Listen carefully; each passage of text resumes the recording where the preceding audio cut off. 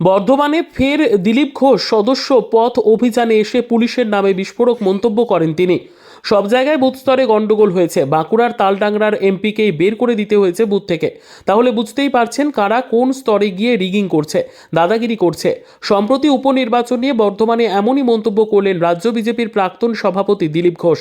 বৃহস্পতিবার দিলীপ ঘোষ বর্ধমান শহরে সদস্য পথ অভিযানে এসে বর্ধমানের কার্জন গেটে এসে এমনই মন্তব্য করেন তিনি আরও বলেন, কলকাতায় বোমা পাওয়া যাচ্ছে, বন্দুক পাওয়া যাচ্ছে, গাড়ি চাপা দিয়ে চলে যাচ্ছে, কিছুই হয় না। পুলিশ নেই, পুলিশ কাটমানি তুলতে ব্যস্ত, তাহলে আর কি হবে? বর্ধমান দুর্গাপুর লোকসভা ভোটে পরাজয় সম্পর্কে দিলীপ ঘোষ বলেন, হারের কিছু পর্যালোচনা হয়েছে, কিছু পর্যালোচনা চলছে। হারের কারণ অনেক কিছু ছিল, তার মধ্যে অন্যতম আমাদের পার্টির দুর্বলতা ছিল। অনেক কর্মীরা ভয়ের মধ্যে ছিলেন, ভিতরে ভিতরে তারা চুপ করেছিল, তাদেরকে ভয় দেখানো হয়েছিল। যাদের ভয় দেখানো হয়েছিল তারা আগে কিছু বলেনি, এখন বলছে। আমফানের টাকা অন্য লোকের অ্যাকাউন্টে চলে যায়, আবাস যোজনার টাকা অন্যের অ্যাকাউন্টে চলে যায়, চাকরি একজনের চাকরি অন্যের কাছে চলে যায়। পশ্চিমবাংলা এটা নতুন কিছু না, আর হচ্ছেও না কিছু। ওরা সরকার, টিএমসি, মমতা ব্যানার্জি এত নির্ভয় হয়ে গেছেন, কেন্দ্র টাকা দেবে, এদিক ওদিক করে লুট করে নাও, কারো বাপের সাধ্য নেই কিছু করে, এটাই চলছে। আমরা সুপ্রিম কোর্টে দেখলাম আরজিকর কাণ্ড কী হচ্ছে। সেজন্য সাধারণ মানুষকে বঞ্চিতই হতে হবে, একটার পর একটা কেলেঙ্কারি হবে। আপনারা নিউজ করবেন, এর বেশি কিছু হবে না। সবে তো শুরু হয়েছে, ট্যাব কেলেঙ্কারির ঘটনা অনেক দূর যাবে। গরিব ছাত্রদের ভবিষ্যতের জন্য লোভ দেখিয়ে তাদের টাকা মেরে দেওয়ার মতো জঘন্য ঘটনা পশ্চিমবাংলাতেই ঘটে।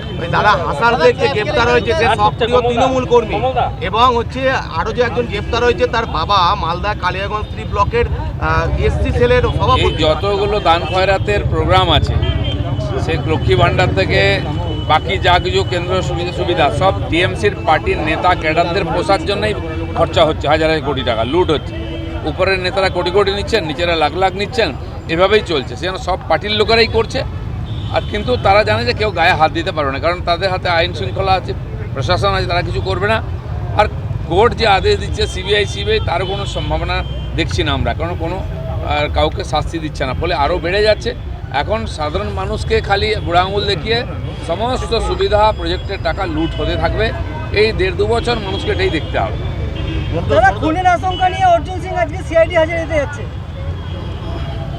পশ্চিমবাংলায় কে কখন খুন হয়ে যাবে কেউ জানে না, ভয় পাওয়াটা স্বাভাবিক। যেভাবে রোজ বম বন্দুক চলছে ওখানে, আর সব ওর ঘাড়ে চাপিয়ে দিচ্ছে। সরকারটা এখানে কী জন্য আছে আমরা বুঝতে পারছি না। আইন শৃঙ্খলা প্রকাশ্যে গুলি চলবে, বম ফুটবে, আর পুলিশ দাঁড়িয়ে দেখবে, তারা কিছুই শুনতে পায় না বম বন্দুকের আওয়াজ। এরকম অ্যাডমিনিস্ট্রেশন কোথায় আছে? শিয়ালদায় অস্ত্র উদ্ধার হচ্ছে, সেখানে মুঙ্গের যোগ পাওয়া যাচ্ছে। বিহার ইউপিতে সরকার পরিবর্তনের পরে গত 10-15 বছর ধরে যত দুষ্কৃতকারীরা যারা বম বন্দুক তৈরি করতো, চালাতো, তারা সব পশ্চিমবাংলায় চলে আসছে। বিভিন্ন জেলায় এর আগে অস্ত্রের কারখানা পাওয়া গেছে, বোমা ফেটেছে। আমার ওখানে এগরাতে বাড়ি উড়ে যাচ্ছে, লোক মারা যাচ্ছে, কিন্তু বন্ধ হয়নি। এত শক্তিশালী বোমা, গঙ্গার এপাশে ফাটলে ওপাশের বাড়ির কাঁচের জানলা ভেঙে যায়, কিন্তু না কেউ গ্রেপ্তার হয়, না কিছু হয়, খালি খবর হয়। সেজন্য আমি বললাম সমস্ত দিক দিয়ে আইন শৃঙ্খলা যদি রসাতলে লেগে থাকে, পশ্চিমবাংলায় হয়েছে, তার লাভটা দুষ্কৃতকারী তুলছে এবং তারা টিএমসির জন্য কাজ করছে।